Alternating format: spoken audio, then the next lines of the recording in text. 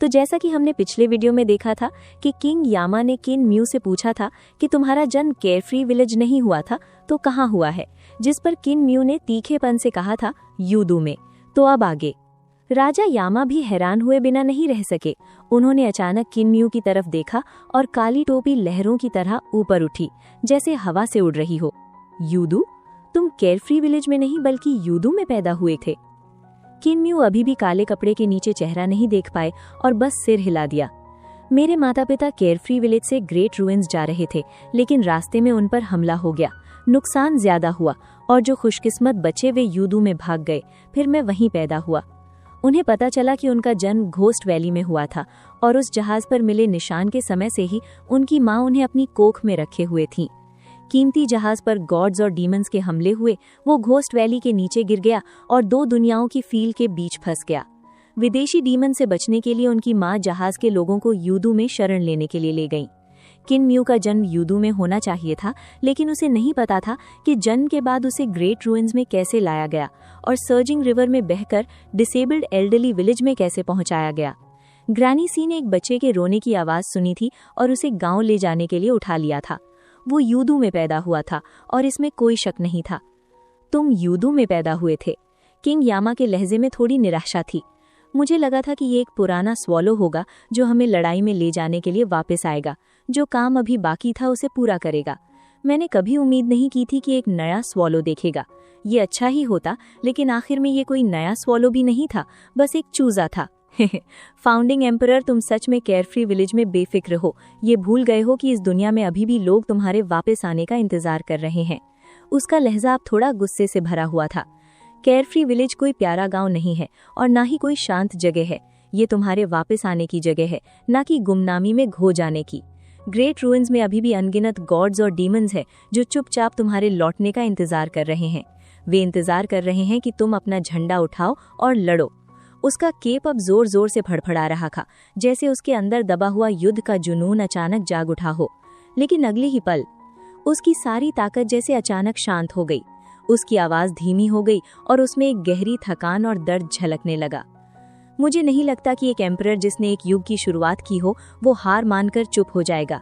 फिर भी मैंने 20,000 साल इंतजार किया। ग्रेट रूइंस में पत्थर की मूर्तियां और फेंगडू में भूत, सबने 20,000 साल इंतजार किया। तुम वापस क्यों नहीं आए?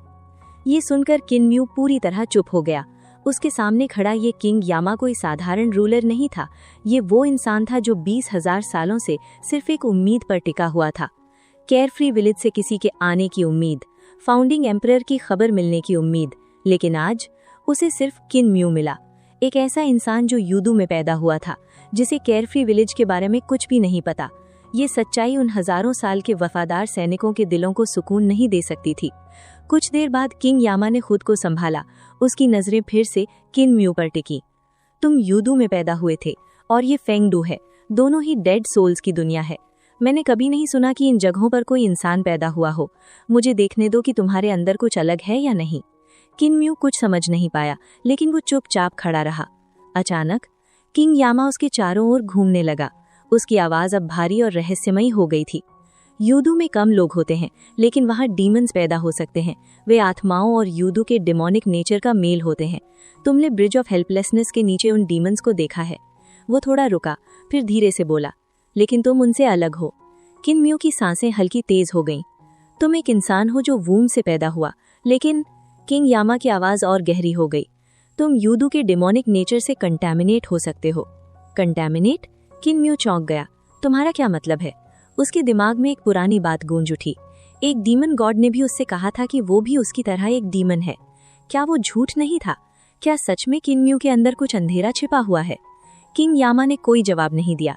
इसके बजाय उसने धीरे धीरे अपने काले कपड़े का हुड उठाया और जैसे ही उसका चेहरा सामने आया, किन म्यू कुछ देख ही नहीं पाया, क्योंकि उसकी आंखें नहीं थीं।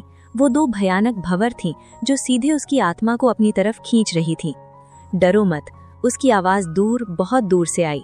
मैं बस तुम्हारी आत्मा को देख रहा हूँ। अगले ही पल किन म्यू की पूरी दुनिया घूमने लगी। उसे ऐसा लगा जैसे वो दो खून जैसी आंखों के बीच फंस गया हो, जहां से बाहर निकलना नामुमकिन हो। वो गिर रहा था, लगातार गिरता जा रहा था, लेकिन नीचे कोई जमीन नहीं थी, सिर्फ अंधीन अंधेरा और एक डरावना सन्नाटा। किंग यामा की आवाज फिर गूंजी, जैसे 9 स्वर्गों से भी दूर से। यूदू में कभी कोई इंसान पैदा नहीं हुआ। मुझे नहीं पता कि तुम्हारे जन्म के वक्त क्या हुआ होगा, लेकिन मैं इतना जरूर जानता हूँ। उसकी आवाज अब और भारी हो गई। जब तुम पैदा हुए होंगे तब कुछ बहुत भयानक हुआ होगा। तुम्हारी माँ ने तुम्हें बचाने की कोशिश की होगी, लेकिन यूदू की वॉन्डरिंग सोल्स और ईविल स्पिरिट्स तुम्हारे शरीर में घुसने की कोशिश कर रही होंगी। वो उन्हें पूरी तरह नहीं रोक पाई होंगी, और शायद उनमें से कुछ तुम्हारे अंदर आ चुके होंगे। ये सुनते ही किन म्यू का दिल जोर से धड़कने लगा। क्या वो सच में आधा इंसान और आधा डीमन है? क्या उसकी ताकत का राज यही है, या फिर ये उसकी सबसे बड़ी कमजोरी बनने वाली है? इसी बीच किन म्यू ने खुद को संभालने की पूरी कोशिश की, और तभी उसकी गर्दन पर लटक रहा येड पेंडेंट अचानक हवा में उठ गया। उसमें से तेज रोशनी फूट पड़ी, जैसे वो उसे बचाने की कोशिश कर रहा हो। वो रोशनी सीधे किंग यामा की खून जैसी आंखों से टकराई। एक पल के लिए ऐसा लगा जैसे दोनों ताकतें बराबरी पर हैं, लेकिन फिर किंग यामा की आंखें और बड़ी हो गईं और उनकी शक्ति ने उस रोशनी को दबाना शुरू कर दिया। किन म्यू लड़ना चाहता था, लेकिन उसके शरीर में जरा भी ताकत नहीं बची थी। वो बस बेबस खड़ा था उन 2 खून जैसी लाल आंखों के सामने, जो उसे घूर रही थीं, दबा रही थीं, जैसे उसकी पूरी आत्मा को कुचल देना चाहती हो। उसे ऐसा महसूस होने लगा जैसे उसका शरीर और आत्मा अलग हो रहे हों, जैसे वो धीरे धीरे डूब रहा हो, सांस रुकती जा रही हो और उसकी आत्मा उसके शरीर से बाहर खींचती जा रही हो। और तभी अचानक सब कुछ बदल जाता है। किन म्यू का घूमना रुक जाता है और उसके चारों तरफ फुसफुसाहटें सुनाई देने लगती हैं। धीरे धीरे वो फुसफुसाहटें बढ़ने लगती हैं। ऐसा लग रहा था जैसे अनगिनत डीमंस अंधेरे में छिपे हुए हों और सब एक साथ कुछ बोल रहे हों, अलग अलग भाषाओं में, अलग अलग आवाजों में। आवाजें इतनी ज्यादा, इतनी तेज कि किन म्यू का दिमाग फटने लगता है। उसके थॉट्स बिखर जाते हैं, उसकी कॉन्शियसनेस टूटने लगती है, और फिर सारी आवाजें मिलकर एक हो जाती हैं, एक ऐसी भाषा में जो इंसानों की नहीं थी। वो थी यूदू की डिमोनिक लैंग्वेज। किन म्यू चिल्लाता है, चुप रहो, लेकिन जो आवाज उसके मुंह से निकलती है वो इंसानों की नहीं होती, वो भी यूदू की डिमोनिक लैंग्वेज होती है। और बस यहीं से कुछ खतरनाक जाग जाता है। उसके शरीर से एक डलावनी एनर्जी बाहर निकलती है, उसका शरीर कांपने लगता है। वो अब भी उन 2 ब्लड रेड आईज के बीच खड़ा है, लेकिन उसके पीछे अंधेरे में एक क्रैक खुल जाती है। धीरे धीरे वो क्रैक बड़ी होती जाती है और उसमें से रोशनी निकलने लगती है, और फिर उस क्रैक के अंदर एक विशाल आंख खुलती है। लेकिन ये कोई आम आंख नहीं थी, उसमें 3 प्यूपल्स थीं जो एक दूसरे में घुली हुई घूम रही थीं। उस आंख से निकल रही थी एक अजीब, डरावनी लेकिन स्ट्रेंजली ब्यूटीफुल डिमोनिक लाइट, जैसे काली तितलियों के पंख फैल रहे हों। किन्मू अपना सिर पकड़कर फिर चिल्लाता है, शोर मत करो। और जैसे ही वो चिल्लाता है, पूरी जगह कांच की तरह टूटने लगती है। किंग यामा ये सब देखकर सन्न रह जाते हैं। वो धीरे से कहते हैं, तुम यूदू में पैदा हुए थे। तुम्हारे अंदर पहले से ही डिमोनिक नेचर था, जिसे जेड पेंडेंट दबाकर रख रहा था, लेकिन अब वो बाहर आ चुका है। किन्मू फिर चिल्लाता है, और इस बार उसकी आवाज पूरे स्पेस को तोड़ देती है। टाइम और स्पेस जो किंग यामा ने कंट्रोल किया था, सब बिखर जाता है, और उसके पीछे एक और क्रैक बनने लगती है, जैसे एक और आंख खुलने वाली हो। किंग यामा के रोंगटे खड़े हो जाते हैं। उन्हें एहसास हो जाता है कि उनके सामने कोई इंसान नहीं, बल्कि एक टेरिफाइंग एंशिएंट एग्जिस्टेंस जाग रहा है। वो तुरंत फैसला लेते हैं, मैं तुम्हें बाहर नहीं जाने दूंगा।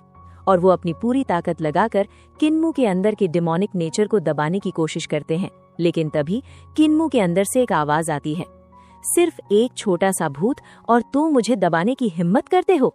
और फिर बूम, पूरा किंग चिन हॉल जोर जोर से कांपने लगता है। खंबे टूटने लगते हैं, छत दरक जाती है, हर तरफ डिस्ट्रक्शन ही डिस्ट्रक्शन, जैसे अंदर कोई भयानक बैटल चल रही हो। और फिर अचानक सब शांत हो जाता है। किन्मू धीरे धीरे अपनी आंखें खोलता है और हैरान रह जाता है। पूरा हॉल तबाह हो चुका है।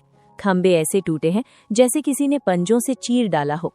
छत से धूल गिर रही है, क्रैक्स में से आग अंदर आ रही है, जैसे अभी अभी कोई विनाशकारी युद्ध हुआ हो। लेकिन किन्मू को कुछ भी याद नहीं है। वो बस पूछता है, क्या हुआ? अंधेरे से किंग यामा की आवाज आती है, तुम्हें सच में कुछ याद नहीं? किन्मू सिर हिला देता है।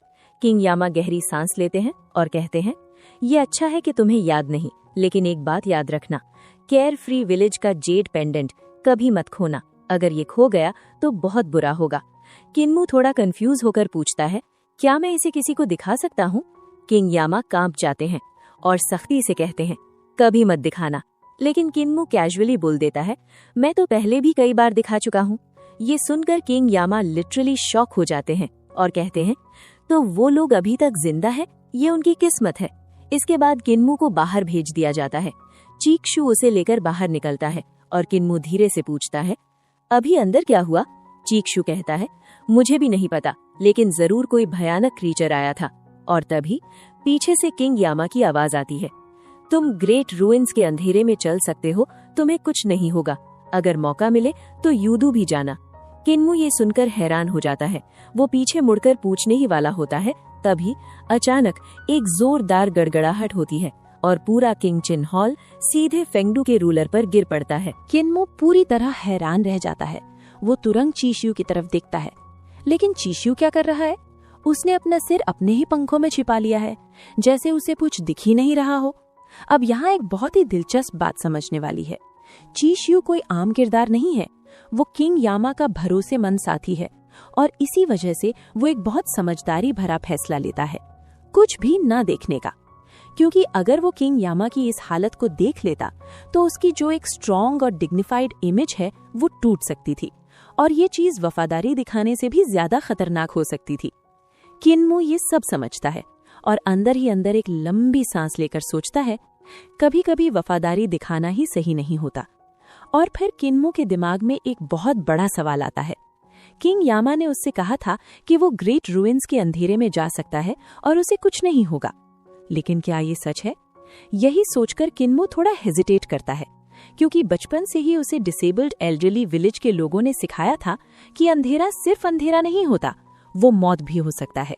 और सच कहें तो किन्मू खुद कई बार उस अंधेरे का खौफ महसूस कर चुका है। पहले जब भी वो अंधेरे में गया तो अकेले नहीं गया, उसके पास हमेशा कोई न कोई पावरफुल प्रोटेक्शन था, जैसे जिंग यान का चेस्ट, विलेज चीफ की प्रोटेक्शन या ड्रैगन रेजर किन की ताकत। लेकिन इस बार उसे अकेले जाना है और यही चीज उसे अंदर से डरा रही है। तभी अचानक चीशू उसे जल्दी करता है, चलो तुम्हें विदा करने के बाद मैं आराम कर सकता हूँ। लेकिन किन्मू अभी भी रेडी नहीं है। वो कहता है कि उसे हेवनली सेंट कल्ट और ह्यूमन एम्परर्स के पास जाकर ड्रैगन किलन और चेस्ट भी लेना है। चीशू उसे वहां तक ले जाता है जहां हेवनली डेविल कल्ट के पिछले कल्ट मास्टर्स रहते थे और यहाँ एक इमोशनल सीन देखने को मिलता है। ड्रैगन किलन बाहर बंद है और अंदर यंग पैट्रियार्क दरवाजा नहीं खोल रहा। ड्रैगन किलन रो रहा है, दरवाजा खटखटा रहा है, लेकिन अंदर से सिर्फ एक जवाब आता है, मैं मर चुका हूँ, तुम अभी जिंदा हो, हम साथ नहीं हो सकते। ये लाइन सुनकर दोनों ही तरफ इमोशंस उमड़ पड़ते हैं। यंग पैट्रियार्क भी रो रहा है, लेकिन डर की वजह से दरवाजा नहीं खोल पा रहा। तभी किन्मू आगे आता है और बड़े ही हल्के लेकिन दिल को छू जाने वाले अंदाज में ड्रैगन किलन को समझाता है, फैटी ड्रैगन, दुखी मत हो, हम फिर कभी मिलेंगे। और जैसे ही ड्रैगन किलन पास आता है, प्योर यान की असली आग उसे छूती है और उसके शरीर में फिर से मांस बनने लगता है, यानी वो धीरे धीरे रिकवर हो रहा है। लेकिन तभी किन्मू ऊपर देखता है और जो वो देखता है वो उसे अंदर तक हिला देता है। आसमान में एक विशाल सूरज, इतना बड़ा कि जैसे अभी गिर जाएगा, और उस सूरज के ऊपर गोल्डन हॉल्स, देवता और शैतान ढोल बजा रहे हैं, जैसे कोई अनजाना रिचुअल चल रहा हो।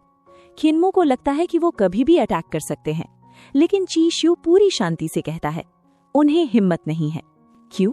क्योंकि ये फेंगडू है जो यूदू का हिस्सा है, दिखने में पास लेकिन असल में एक अलग दुनिया। और सबसे शॉकिंग बात, इटर्नल पीस का सूरज नकली है, जबकि ग्रेट रूइंस का सूरज असली है। ये सुनकर किन्मू पूरी तरह चुप हो जाता है। सोचो, अगर लोग असली सूरज देख लें तो शायद राजा भी पागल हो जाए। अब यहाँ से किन्मू का एक नया साइड सामने आता है। वो पैसे मांगना शुरू करता है। क्यों? क्योंकि फेंगडू में ट्रैवल करने के लिए स्पेशल गोल्ड कॉइन्स चाहिए। वो यंग पैट्रियार्क से पैसे लेता है और फिर एक एक करके सभी कल्ट मास्टर्स के दरवाजे खटखटाता है। और जो डायलॉग वो बोलता है वो सुनकर आप भी हंस पड़ोगे। अगर पैसे नहीं दिए तो मैं तुम्हारा चढ़ावा बंद कर दूंगा और तुम्हारी यादगार पट्टियां तोड़ दूंगा।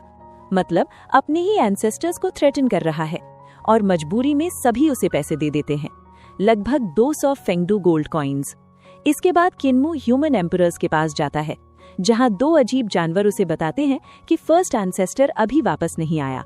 और तभी टाउटिये को बाहर फेंका जाता है, जो तुरंत प्योर यान की आग से जलकर वापस एक बड़े चेस्ट में बदल जाता है और वो चेस्ट चुपचाप ड्रैगन किलन के पीछे चलने लगता है। अब सब तैयार है। चीशू उसे फिर से जल्दी करता है। खिनमू, अब जाने का समय हो गया है। लेकिन खिनमू अभी भी रुकता है और कहता है, गॉड चीशू, बस 1 मिनट। खिनमू सीधे सेकंड एंसेस्टर के घर पहुंचता है। दरवाजा खुलता है, लेकिन सेकंड एंसेस्टर बाहर नहीं आते। क्यों? क्योंकि उन्हें डर है ट्रू यान फायर से जलने का, यानी बाहर आना उनके लिए खतरनाक है। अब यहाँ खिनमू क्या करता है? वो हंसते हुए कुछ फेंगडू गोल्ड कॉइन्स निकालता है और कहता है कि उसके पास पैसे नहीं है, इसीलिए वो बस टीचर के घर फ्री में खाने आता है। लेकिन असल में ये उसकी चाल होती है। वो कॉइन्स कहकर सेकंड एंसेस्टर को खुश कर देता है और जैसे ही वो खुश होते हैं, किन्मू धीरे धीरे अपनी असली बात रखता है। वो कहता है कि वो बिटवीन लाइफ एंड डेथ को बोरो करना चाहता है, लेकिन लड़ाई या कल्टीवेशन के लिए नहीं, बल्कि बिजनेस के लिए। अब यहाँ से स्टोरी और भी इंटरेस्टिंग हो जाती है। वो चाहता है कि बिटवीन लाइफ एंड डेथ को एक ब्रिज की तरह इस्तेमाल किया जाए, जिससे लिविंग वर्ल्ड और डेड वर्ल्ड आपस में कनेक्ट हो सके। फेंगडू के गॉड्स और डेविल्स जो बाहर नहीं जा सकते, वो इस रास्ते के जरिए डिवाइन आर्ट्स एक्सपर्ट्स से डील कर सके। मतलब एक ऐसा मार्केट प्लेस जहाँ डेड सोल्स अपनी इच्छाएं पूरी करवाने के लिए लिविंग एक्सपर्ट्स को हायर करें और बदले में उन्हें गोल्ड कॉइन्स या डिवाइन टेक्निक्स दें। अब सोचो ये आइडिया कितना बड़ा है। किन्मू साफ कहता है कि वो एंट्रेंस फी लेगा और इसी से वो ह्यूज प्रॉफिट कमाएगा। साथ ही वो ग्रेट रूइंस में रोड बनाने का भी प्लान कर रहा है, जिसके लिए उसे पैसे चाहिए। सेकंड एंसेस्टर पहले तो शॉक हो जाते हैं, लेकिन जैसे ही उन्हें समझ आता है कि दोनों तरफ से पैसा कमाया जा सकता है, लिविंग वर्ल्ड से भी और डेड वर्ल्ड से भी, वो पूरी तरह से कन्विंस्ड हो जाते हैं। अब यहाँ किन्मू का कॉन्फिडेंस देखो। वो कहता है कि चाहे लोग कंप्लेन करें या क्रिटिसाइज, लेकिन क्योंकि ये रास्ता सिर्फ उनके कंट्रोल में है, इसलिए सबको उनकी कंडीशन माननी ही पड़ेगी, यानी पूरी मोनोपोली। सेकंड एंसेस्टर इतने एक्साइटेड हो जाते हैं कि वो तुरंत ट्रू यांग फायर की परवाह किए बिना बाहर निकलते हैं और फर्स्ट एंसेस्टर के 5 यांग सेक्रेड हॉल की तरफ दौड़ पड़ते हैं। वहां के गार्ड्स भी हैरान हो जाते हैं और कहते हैं कि तुम अपने मास्टर की आखिरी प्रॉपर्टी भी लुटा दोगे। लेकिन सेकंड एंसेस्टर मुस्कुराते हैं, क्योंकि अब उन्हें भी दिख रहा है फ्यूचर प्रॉफिट। अब किन्मू बिटवीन लाइफ एंड डेथ को एक्टिवेट करता है, जो एक छोटी सी रिवर की तरह है जिसमें एक बोट और एक ब्रिज है। सेकंड एंसेस्टर उसे वार्निंग देते हैं कि रिचुअल्स हमेशा रात में करना, क्योंकि दिन में सन गॉड्स की ट्रू यांग फायर सब कुछ जला देगी। किन्मू इस बात को अपने साथ लेकर निकल पड़ता है और कहता है कि उसकी खबर का इंतजार करना। यहाँ एक और इंटरेस्टिंग मोमेंट आता है। सेकंड एंसेस्टर अचानक सीरियस होकर उसे सलाह देते हैं कि वो कल्टीवेशन पर फोकस करे, बिजनेस दूसरों पर छोड़ दे। लेकिन किन्मू फिर से कॉइन्स निकालता है और कहता है कि बाकी एंसेस्टर्स को दे देना ताकि वो आराम से रह सके। यानी वो सिर्फ बिजनेसमैन नहीं, बल्कि थॉटफुल लीडर भी है। इसके बाद किन्मू डेड वर्ल्ड से बाहर निकलता है। गॉड कीची शिउ उसे बाउंड्री तक छोड़ता है और फिर किन्मू वापस लिविंग वर्ल्ड में आ जाता है। यहाँ उसका बॉडी नॉर्मल हो जाता है। अब एक छोटा सा सीन आता है। स्केलेटन डाओइस्ट लिंग जिंग उसे रिवर पार कराता है। किन्मू उसे पैसे देता है, जबकि जरूरत नहीं थी। डाओइस्ट हैरान हो जाता है, लेकिन पैसे ले देता है और यही किन्मू एक लाइन बोलता है, मैं अमीर बनने वाला हूँ। अब सीन शिफ्ट होता है। गॉड कीची शिउ वापस किंग यामा के हॉल में आता है और किंग यामा किन्मू के बारे में बात करते हैं। गॉड कीची शिउ कंफ्यूज्ड है, क्योंकि किन्मू ने फेंगडू में आकर सबको पीटा, महल तोड़ा, पैसे ऐंठे और अब एक अजीब बिजनेस प्लान बना रहा है। लेकिन किंग यामा उल्टा उससे इम्प्रेस्ड है। वो कहते हैं कि फेंगडू बहुत डल और बोरिंग जगह है और किन्मू जैसा क्रेजी और अनप्रिडिक्टेबल इंसान शायद वो कर सके जो कोई और नहीं कर पाया। यहाँ एक और बड़ा हिंट मिलता है। किंग यामा कहते हैं कि किन्मू के अंदर बहुत बड़े सीक्रेट्स छिपे हुए हैं जो अभी सामने नहीं आए हैं, और यही चीज उन्हें और ज्यादा एक्साइटेड कर रही है। यानी किन्मू सिर्फ एक नॉर्मल कैरेक्टर नहीं है, उसके पीछे कुछ बहुत बड़ा मिस्ट्री छुपा है। अब स्टोरी एकदम डार्क टर्न लेती है। यूडू में पूरी डार्कनेस छा जाती है, ना आसमान, न जमीन, न सूरज, न चांद, और इसी अंधेरे में शिंग एन तैर रहा होता है। तभी एक धीमी आवाज आती है, शिंगैन उठो। जैसे ही जिंगैन अपनी आंखें खोलता है, वो खुद को एक भयानक हालत में पाता है। उसका शरीर पूरी तरह से कंट्रोल में नहीं है। उसके शरीर से अजीब अजीब लिम्स निकल रहे हैं और सबसे डरावनी बात, उसकी पीठ पर एक ऑक्टोपस जैसा मॉन्स्टर चिपका हुआ है जो अपने स्ट्रॉन्ग टेंटिकल से उसे कसकर जकड़े हुए है। और यही मॉन्स्टर उसे इतना टॉर्चर देता है कि जिंगैन बेहोश हो जाता है। अब जब वो धीरे धीरे होश में आता है तो वीक वॉइस में पूछता है, कौन बात कर रहा है? तभी एक रहस्यमयी आवाज चारों तरफ गूंजने लगती है, कभी बाएं से, कभी दाएं से, कभी ऊपर से तो कभी नीचे से, जैसे कोई शैडो डार्कनेस में तैर रही हो। और वो आवाज कहती है, लिविंग वर्ल्ड का एक इंसान, एक दिलचस्प लाइफ फॉर्म। जिंगैन, इस हालत में पहुंचने के बाद भी क्या तुम वापस लिविंग वर्ल्ड में जाना चाहते हो? अब ये सुनकर जिंगैन अंदर से हिल जाता है, क्योंकि वो समझ चुका है कि वो अब यूदू में है, एक ऐसी जगह जहां सिर्फ मरे हुए लोग जाते हैं और जहां से जिंदा लौटना लगभग नामुमकिन है। वो अंदर ही अंदर टूट चुका है, क्योंकि पहले फेंगडू और अब यूदू। उसे लगता है जैसे हेवन खुद उसके खिलाफ हो गया है। लेकिन फिर भी वो हिम्मत जुटाकर पूछता है, तुम आखिर हो कौन? मेरा मजाक क्यों उड़ा रहे हो? अब वो आवाज अपना नाम बताती है। मेरा नाम लूली है। स्वानमिंग बाईं ओर है, हैनले दाईं ओर, लूली आगे और जुए हुआंग पीछे। अब जिंगैन ये नाम सुनकर भी कंफ्यूज हो जाता है, क्योंकि वो इन लेजेंडरी एंटिटीज को पहचान नहीं पाता, और यही बात लूली को थोड़ा डिसअपॉइंट कर देती है। लेकिन फिर अचानक स्टोरी में एक ट्विस्ट आता है। लूली कहता है, मैं तुम्हें लिविंग वर्ल्ड में वापस भेज सकता हूँ, तुम्हारे बॉडी के डेंजर को भी खत्म कर सकता हूँ, यहाँ तक कि तुम्हारा डेथ रिकॉर्ड भी मिटा सकता हूँ। बस जिंगैन के चेहरे पर तुरंत स्माइल आ जाती है, क्योंकि उसे एक उम्मीद दिखती है। लेकिन हर डील की एक कीमत होती है। लूली उसे एक मिशन देता है। 10 साल पहले यूदू में एक बच्चा पैदा हुआ था। उसने यहाँ की की को अब्सॉर्ब कर लिया और उसे लिविंग वर्ल्ड में भेज दिया गया। मुझे उसे वापस चाहिए। अब यहाँ से सस्पेंस और भी बढ़ जाता है। लूली उस बच्चे के बारे में क्लूज देता है। उसके पास एक जेड पेंडेंट है जिस पर एक यूनिक रून बना हुआ है और उस पर किन शब्द खुदा हुआ है। उसकी एज लगभग 17 से 18 साल के बीच होगी। यानी अब जिंगैन को लिविंग वर्ल्ड में जाकर उस बच्चे को ढूंढना है। लेकिन असली डरावनी शर्त अब आती है। लूली कहता है, तुम उसे मार सकते हो या पकड़ सकते हो, लेकिन उसकी सोल को जरा सा भी नुकसान नहीं होना चाहिए। अगर एक बाल भी टेढ़ा हुआ तो तुम्हारी मौत बेहद खतरनाक होगी। ये सुनकर जिंगैन के रोंगटे खड़े हो जाते हैं, और जैसे ही वो मिशन एक्सेप्ट करता है, वो ऑक्टोपस मॉन्स्टर अचानक गायब हो जाता है। उसका शरीर फिर से नॉर्मल होने लगता है। लेकिन ये राहत ज्यादा देर नहीं टिकती, क्योंकि लूली उसे एक और डेंजरस आइटम देता है, एक मिरर, और कहता है, इस मिरर से तुम उस बच्चे की पहचान वेरीफाई कर सकते हो, लेकिन ध्यान रखना, जब तुम उसे देख रहे हो तब मिरर की लाइट उस पर मत डालना, तुम्हारी बैक उसकी तरफ होनी चाहिए। अब ये कंडीशन जितनी सिंपल लगती है उतनी है नहीं। लूली बार बार यही बात रिपीट करता है, जैसे इसमें कोई बहुत बड़ा सीक्रेट छुपा हो, और यहीं पर जिंगैन को थोड़ा शक होता है। वो हल्की सी मुस्कान के साथ कहता है, अगर ये मिरर किसी इंसान को दिखा सकता है तो क्या ये तुम्हें भी दिखा सकता है? और बिना एक सेकंड गवाए वो मिरर को घुमाकर पीछे कर देता है, और जैसे ही वो मिरर में देखता है उसकी आंखें फैल जाती हैं, क्योंकि उसमें जो रिफ्लेक्शन दिखता है वो लूली का नहीं बल्कि एक बेहद खूबसूरत लड़की का होता है। अब सोचने वाली बात यह है, आवाज एक आदमी की लेकिन रिफ्लेक्शन एक लड़की का। आखिर लूली की असली पहचान क्या है? क्या ये सब एक ट्रैप है? और वो बच्चा जिसके पेंडेंट पर किन लिखा है, वो कौन है? जैसे ही वो खूबसूरत लड़की अपनी फिंगर हिलाती है, वैसे ही जिंगैन अचानक एक मैसिव फोर्स में फंस जाता है।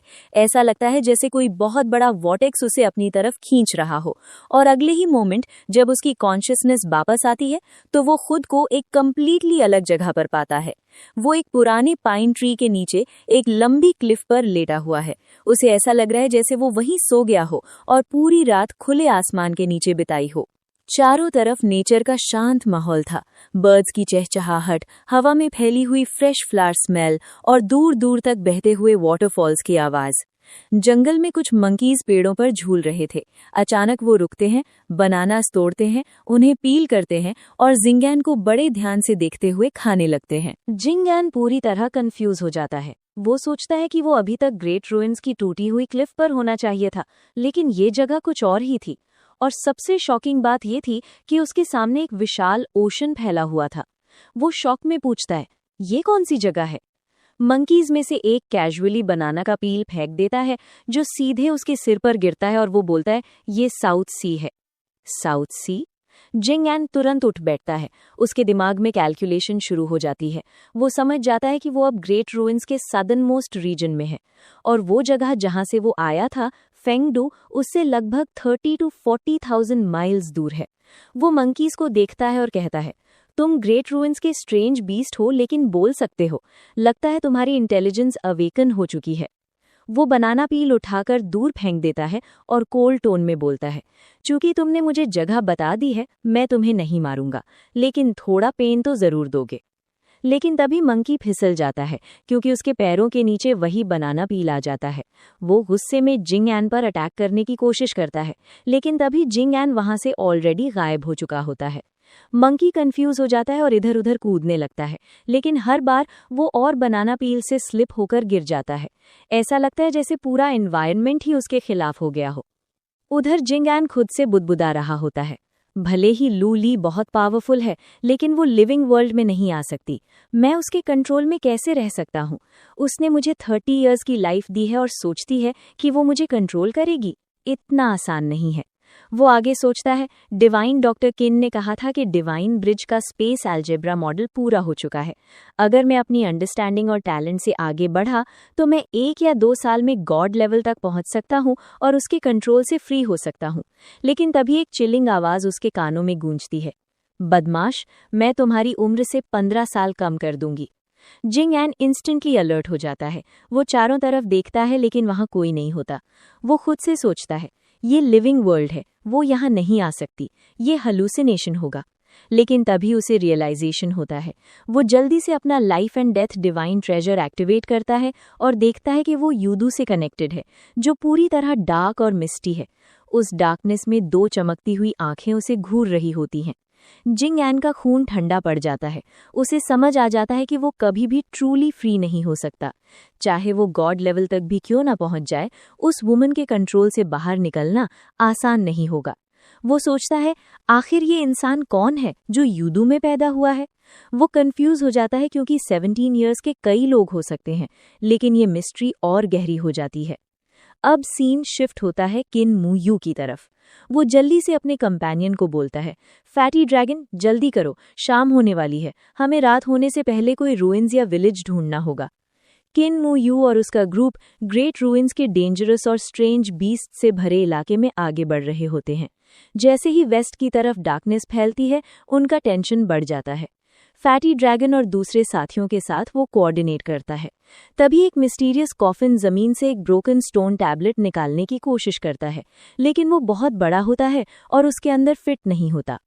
किन मू यू स्टोन टैबलेट की धूल साफ करता है और पढ़ता है, big dipper dark and light true sacred heaven, chariot lady mother.